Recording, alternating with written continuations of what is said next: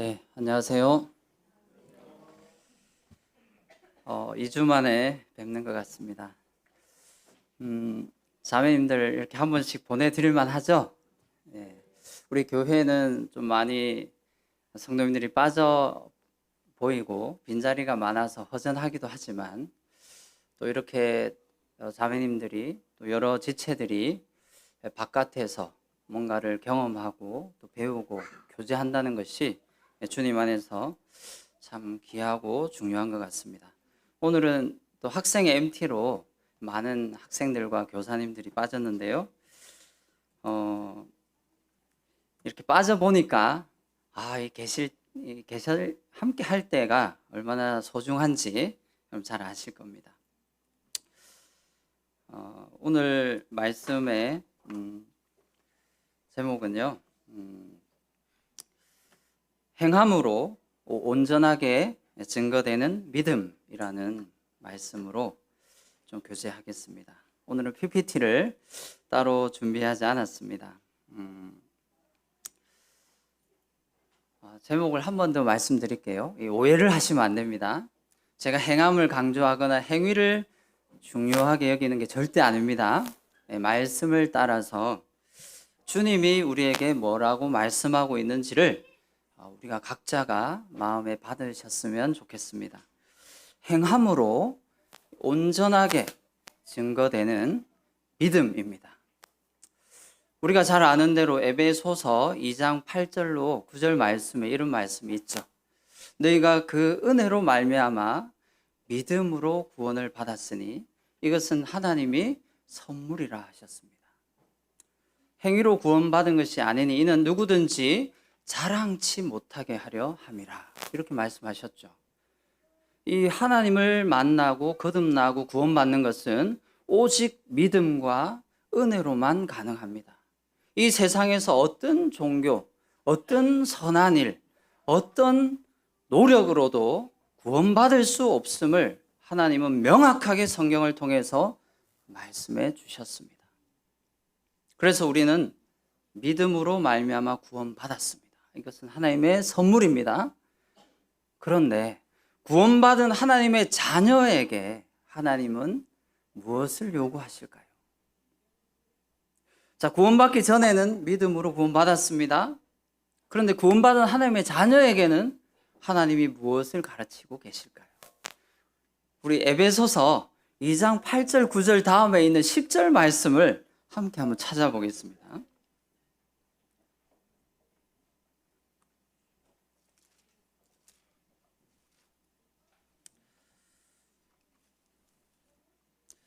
네, 에베소서 2장 10절입니다. 우리 함께 읽어보겠습니다.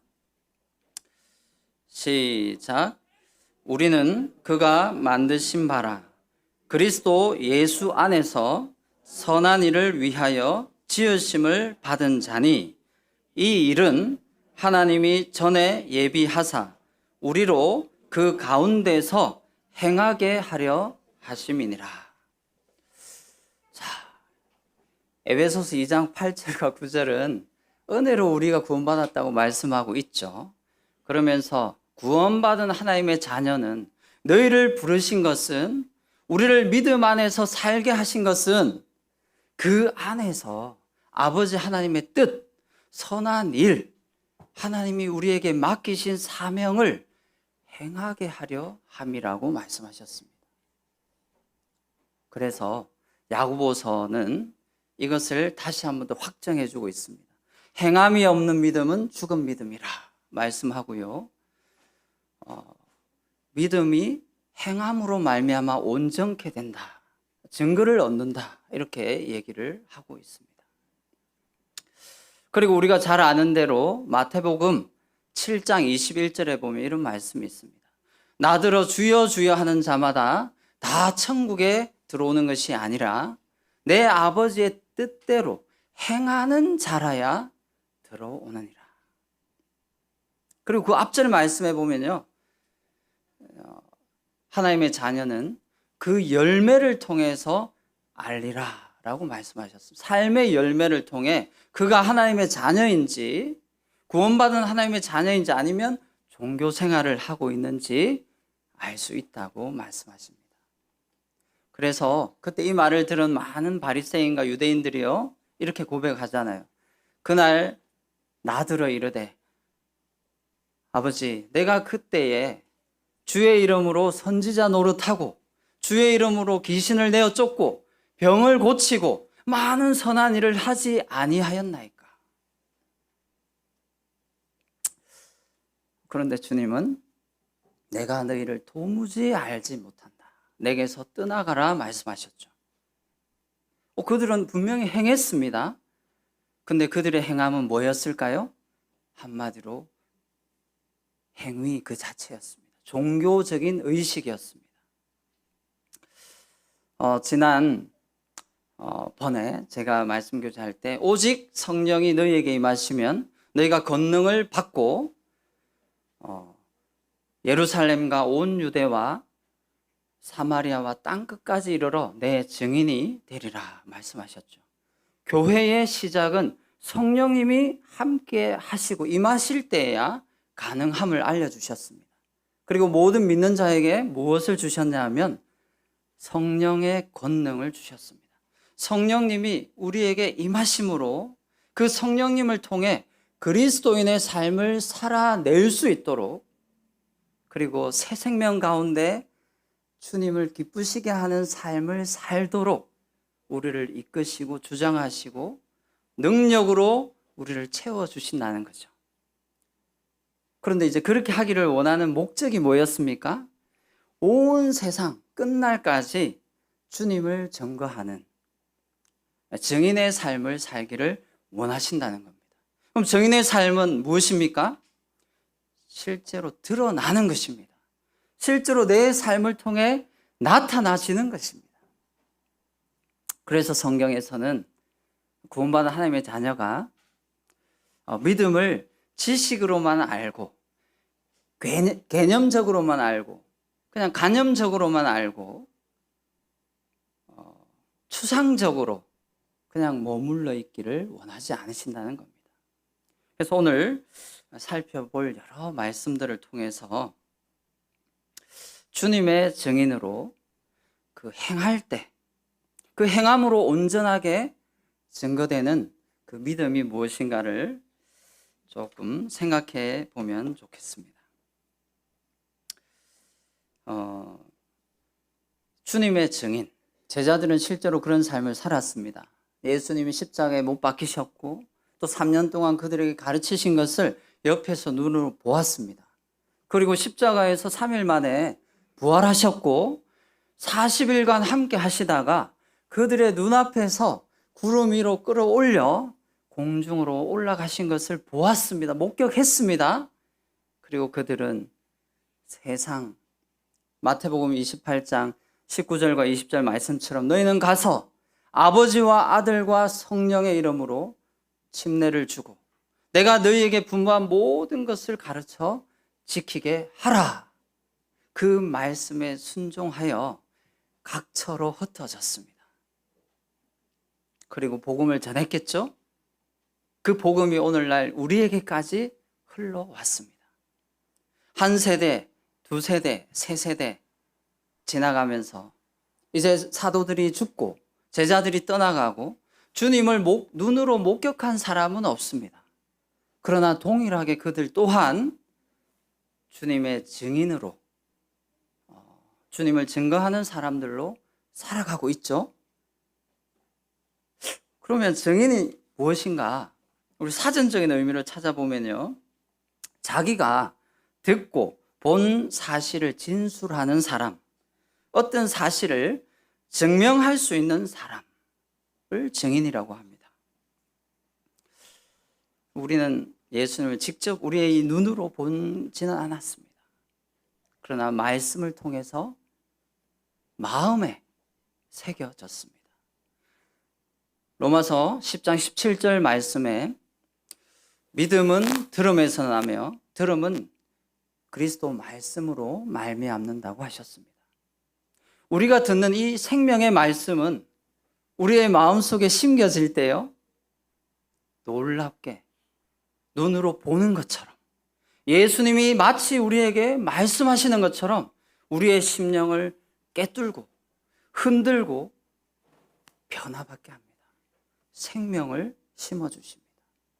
그래서 구원받은 하나님의 자녀는 사도들과 동일하게, 제자들과 동일하게 우리 주님을 이 땅에 살아가는 날 동안 각자의 삶 속에서 각자가 있는 그 위치에서 전하고 증거하고 있습니다. 정의는 무시되거나 잊혀질 수 없는 어떤 일을 가슴에 팍 새기고 있습니다. 경험하고 있습니다. 그 경험을 통해 말씀이 살아서 우리 가운데 역사되어지겠죠. 그런데 이 야고보서 2장 14절 말씀을 한번 가보겠습니다. 야고보서 2장 14절.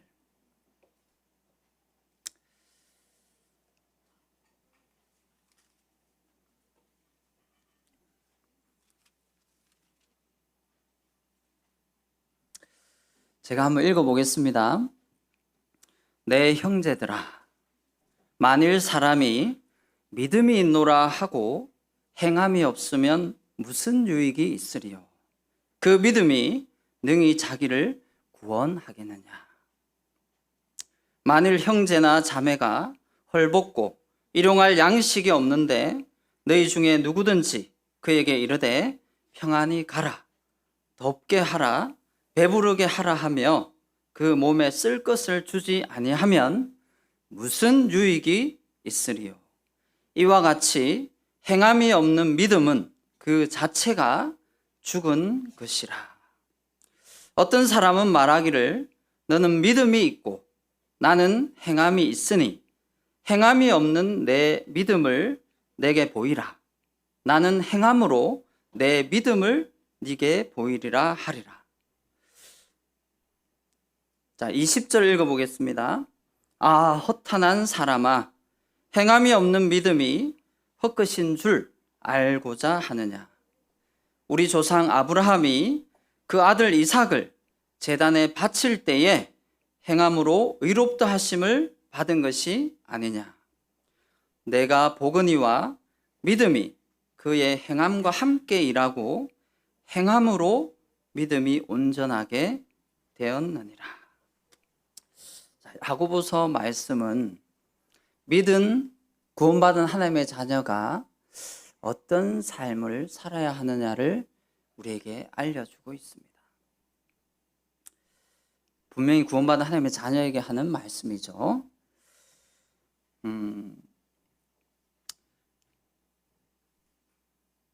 이 히브리서 4장 2절에 보면 이스라엘 백성들을 향해서 하는 말씀이 한 절이 있습니다. 히브리서 4장 2절에 듣는 자가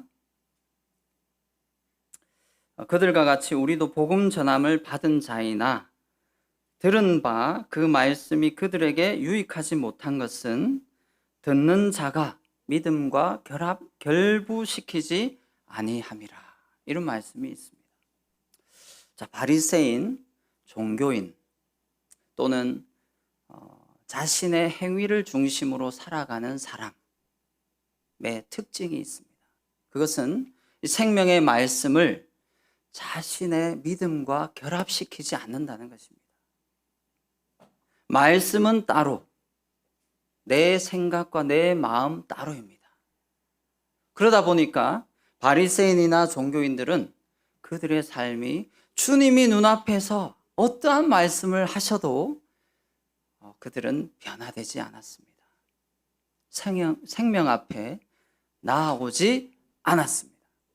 오히려 그들은 자기 의를 중심으로 자기의 행위를 중요하게 여겼죠. 그래서 그 시대의 어느 누구보다도 철저하게 종교 생활은 했습니다. 11조, 기도 시간 철저하게 지켰습니다. 또 봉사, 헌신도 나름대로 했겠죠. 그러나 그 결과는 무엇입니까? 주님은 그들을 향해서 믿음과 결부시키지 않은 삶으로 말씀하고 있습니다. 그들이 행한 것은 무엇입니까? 행위를 했잖아요. 행했잖아요. 그런데 주님은 그것을 기뻐하지 않으셨다는 거죠. 자, 우리가 본질을 빼놓고 내가 좋아서, 내가 하고 싶어서, 나를 위하여, 내가 옳다고 여기는 그것을 위해서 하는 모든 행위는 하나님 앞에 하나님을 기쁘시게 할 수 없다는 것입니다. 믿음의 증거가 아닙니다. 믿음의 열매가 될 수 없습니다. 이 시대에 수없이 많은 종교인들이 그렇게 살아갑니다. 이 종교, 이 믿음과 착각되는 게 하나 있다 그랬잖아요. 바로 신념. 자신이 옳다고 믿고 자신의 방식대로 열심히 살아가지만, 하나님을 믿어보려고 애쓰지만 그것은 참 믿음이 아니라는 것입니다. 우리 코로나 시대에 많은 이단들이 이제 드러났잖아요. 그때 특히 드러난 그 이단들의 모습을 보면 행위 중심으로 그들은 철저하게 열심히 이 성경을 들고 다니며 전합니다. 그러나 그들은 헛된 것을 전하죠. 교주, 그 사람이 하나님이라고 믿고 착각하고 나름대로 열심히 살아갑니다. 그 열매는 참 그들의 삶을 통해 우리가 알 수 있는 거죠.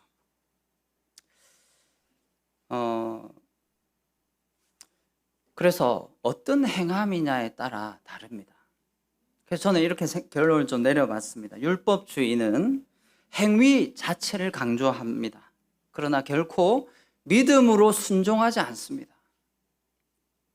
그리스도인은 믿음으로 인해서 자기 자신을 부인합니다. 그리고 겸손하게 행함으로 순종합니다. 자, 다시 한번 말씀드릴게요. 율법주의나 종교나 신념은 행위 자체를 강조합니다. 그러나 믿음으로 순종하지 않습니다. 그러나 참된 그리스도인은 그 믿음으로 인해서 자기를 부인합니다. 그리고 겸손하게 행함으로 그 열매를 맺는다는 것입니다. 그래서 종교적 행위는요, 본질과는 상관없는 껍데기를 붙들고 있는 겁니다. 교회를 가고 예배를 보고 기도는 하고 헌금은 하고 봉사는 하고, 근데 교회 마치고 돌아오면 끝이에요. 그 삶 속에 주님과의 관계는 없습니다. 오직 이 땅에서 복 받기 위해서 노력하는 거죠. 복 받기 위해서 절을 하고요. 복 받기 위해서 많은 수행을 하고 종교의식 속에 참여하지만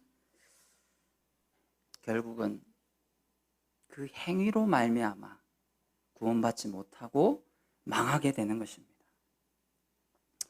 그래서 행위가 아닌 이 말씀, 주님이 우리에게 말씀하고 있는 것은, 이 행함은, 믿음의 행함은 본질을 알고 있는 것입니다. 내가 이것을 왜 하고자 하는지, 어떤 마음으로 하고 있는지, 무엇을 더 중요하게 여기고 있는지를 깨달아 하는 것입니다. 그래서 그 행함은요, 주님 때문에 행하는 거죠. 주님 사랑을 받았기 때문에 내가 이 일에 쓰임받기를 원하는 겁니다. 내가 주님을 사랑하기 때문에 그 사랑에 힘입어 그 사랑을 베풀고 나누는 것입니다.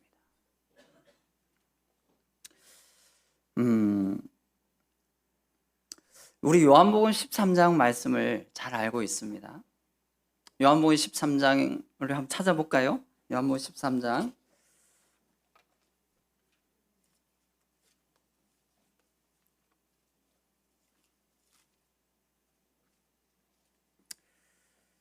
어,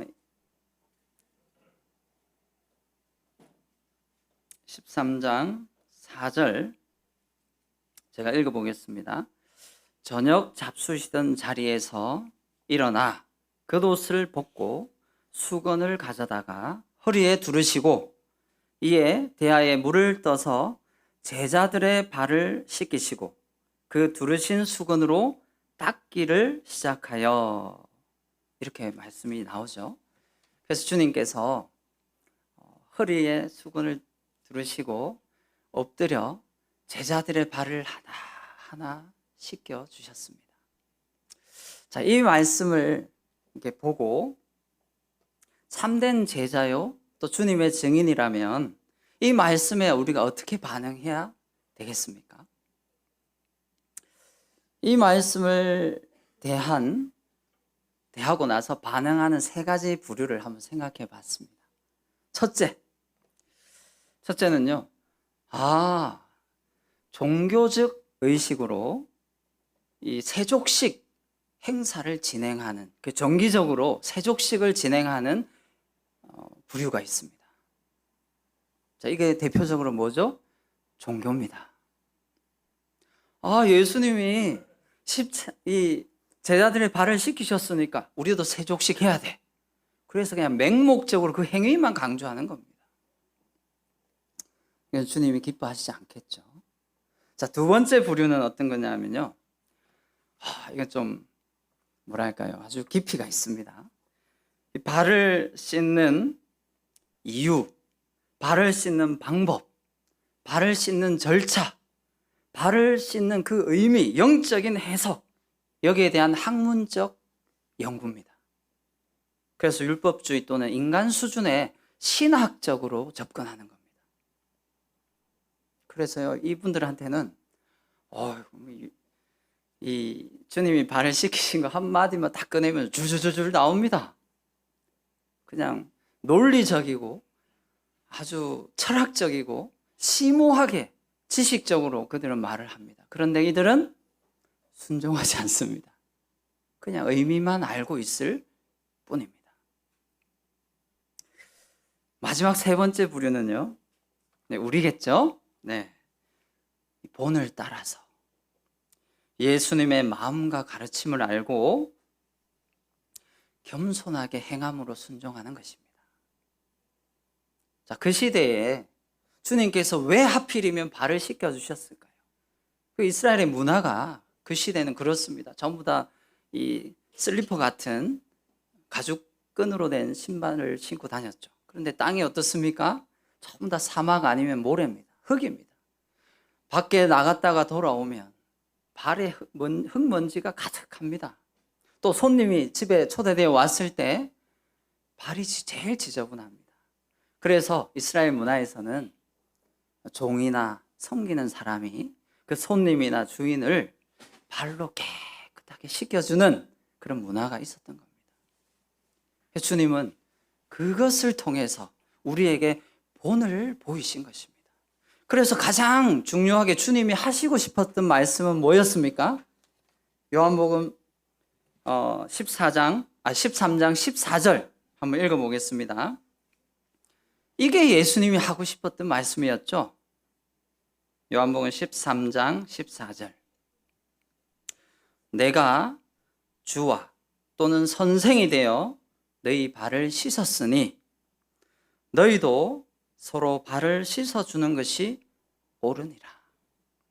내가 너희에게 행한 것 같이 너희도 행하게 하려 하여 본을 보였노라. 자, 주님은 뭘 원하셨습니까? 너희도 이와 같이 하라는 것입니다. 그리고 13장 17절에 너희가 이것을 알고 행하면 복이 있으리라. 자, 어떻게 행해야 된다고요? 알고 행해야 됩니다. 그냥 행위 그 자체, 행함 그 자체를 우리가 중요하게 여겨서는 안 되고요.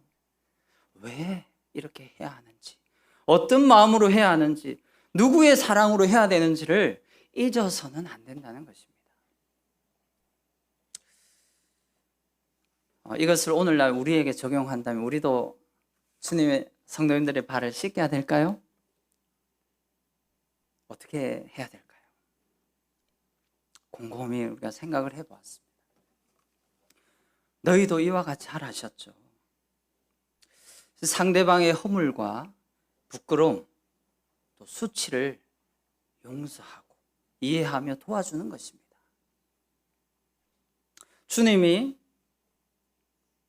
가늠하다 현장에 잡힌 여인을 많은 바리새인과 종교인들과 나름대로 선하다고, 자신은 죄가 없다고 생각하는 많은 사람들이 끌고 주님 앞에 왔습니다. 가늠하다 현장에 붙잡힌 여인은 얼마나 부끄러웠겠습니까? 그리고 그 사람들이 말합니다. 율법에는 가늠한 사람은 돌로 치라 했는데 예수님, 당신은 어떻게 하겠습니까? 주님은 곰곰이 땅에 뭔가를 쓰시고 나서 그들에게 말씀하셨죠. 너희 가운데 죄가 없는 사람이 돌로 먼저 치라. 이 말을 듣고 양심의 가책을 받은 많은 사람이 어린 아이로부터 노년에 이르기까지 다 물러갔습니다. 그리고 주님 말씀하시기를 나도 너를 정죄하지 아니하겠다, 나도 너를 용서하겠다고 말씀하셨습니다. 우리 주님이 우리를 용서하신 것처럼 우리 성도님, 우리 한 지체도 서로 부끄러움과 수치와 연약함과 문제를 주님 사랑으로 용납하고 섬기고 겸손하게 그 필요를 살피고 섬김과 봉사로 순종할 때 주님은 일하시는 것입니다.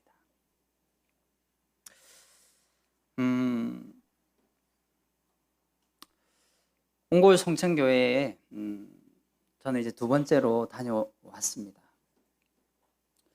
여전히 그 성도님들의 삶의 섬김의 모습은 똑같았습니다. 뭐 그때나 지금이나 매주일 토요일마다 많은 성도님들이 예배당에 모여서 토요 학교 구도자 청년들, 학생들을 섬기기 위하여 기쁨으로 순종하고 있었습니다. 그 열매가 주님은 많은 영혼들을 보내주셨고 구도자 가정의 자녀들이 학생 청년들 200명 중에 100명입니다. 절반이 믿지 않는 가정의 구도자 가정의 자녀들이 교회에 연결되어 나오고 있었습니다. 그들이 하나같이 하는 말은 교회 안에서 사랑을 느낀다는 것입니다. 성도님 한 분 한 분의 섬김이 자기의나 자기의 어떤 만족을 위해서 섬기는 것이 아니라 마음에 주님을 중심으로 그 행함으로 온전하게 되는 그 믿음으로 섬기고 있다는 것을 이미 주님은 드러내신 것 같습니다. 그래서 그곳에서 보고 배우고 듣고 경험한 것들이 참 다녀오신 분들에게 또 이렇게 전하는 우리 대구 남무교회 성도님들께 많은 도전이 되고 또 돌아보는 계기가 되기를 원합니다. 오늘 제가 준비한 거에 3분의 1밖에 못했습니다. 그런데 시간이 벌써 11시 50분이네요. 그래서 다음에 이제 제가 좀 순서가 되는 대로 이것을 좀 시리즈로 계속 말씀을 드리겠습니다. 어떻게 보면 대구 남무교회도 2023년도에 목표를 하고 있는 것이 무엇입니까? 그리스도께서 사랑하시는 교회입니다. 그리고 올해는 특별히 성령님께서 역사하시는 교회가 되기를 원하고 있습니다. 우리의 섬김, 우리의 교제, 우리의 신앙생활 가운데에 성령님이 빠져버린다면 그것은 아무런 의미가 없다는 것입니다. 성령님을 통해 우리 마음에 말씀을 받아야 되는데요. 마지막으로 한 절만 보고 제가 마무리하겠습니다. 야고보서 1장 21절 말씀입니다.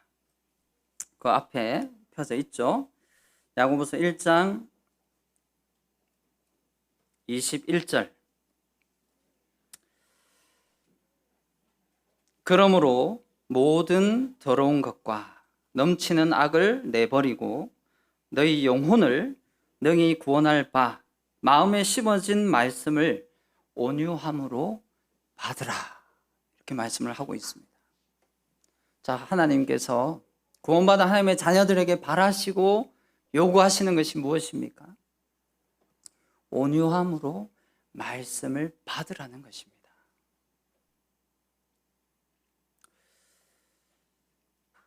온유한 마음은 어떤 마음입니까? 부드럽고 유순한 마음입니다.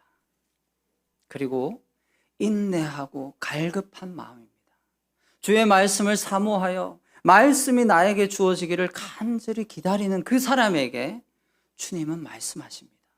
근데 말씀하심에도 불구하고 우리가 온유함으로 그 말씀을 받지 아니하면, 히브리서 4장 2절에 나오는 말씀과 같이 그 믿음을 자신과 결부시키지 아니하면, 연합시키지 아니하면 말씀 따로 내 삶 따로라는 것입니다. 그러면 그런 사람은 주님을 기쁘시게 할 수 없고, 또 성령님의 역사하심을 통해 이 새 생명의 삶으로 성장하는데 어려움이 있을 수밖에 없다는 것입니다. 그래서 이 온유한 마음으로 말씀을 받는다는 것은요, 어떤 판단하거나 자기 기준으로 나한테 맞으면 맞는 말씀, 내 기준에 틀리면 잘못된 말씀, 이거는 빼도 되는 말씀, 이렇게 받지 않는다는 것입니다. 심사숙고하고 가장 중요하게 여기고 마음이 청결하고 순수하여 있는 말씀 그대로 주님의 말씀 앞에 자신이 순복되어지는 것입니다. 그래서 그 말씀을 붙들어 믿음과 결부시키면, 오늘 제목이 뭐였죠? 행함으로 온전하게 증거되는 그 믿음이 주님을 기쁘시게 하는 것입니다. 얘기하다 보니까 시간이 많이 되어버렸는데요. 늘 기억하시고 우리 2024년 새롭게 또 주님 앞에서 그리스도인에게 바라시는 이 진실되고 겸손한 순종의 마음, 이 행함을 통해 주님을 더욱 닮아가기를 원합니다. 함께 기도하고 마치겠습니다. 아버지 하나님, 감사합니다. 참 우리로 그 은혜로 말미암아 믿음으로 구원받게 하여 주시고, 하나님의 선물로 하나님의 자녀라는 거룩한 신분을 얻게 하신 것 감사합니다. 이제 성령이 임하심으로 하나님의 자녀로서 주님을 증거하는 증인으로서의 삶을 살기를 원하십니다. 그래서 우리에게 거룩함 가운데 말씀을 따라 행하게 하시고, 행함이 없는 믿음은 죽은 것이라 말씀하시며 참 열매를 맺게 하시는 주님의 말씀을 나누었습니다. 참 그 마음이 깊이 새겨지게 하시고 참 주님 앞에서 반응하게 하심으로 우리가 함께 더욱 힘있게 주님을 섬겨갈 수 있도록 도와주시옵소서. 모든 것을 예수님의 이름으로 기도합니다.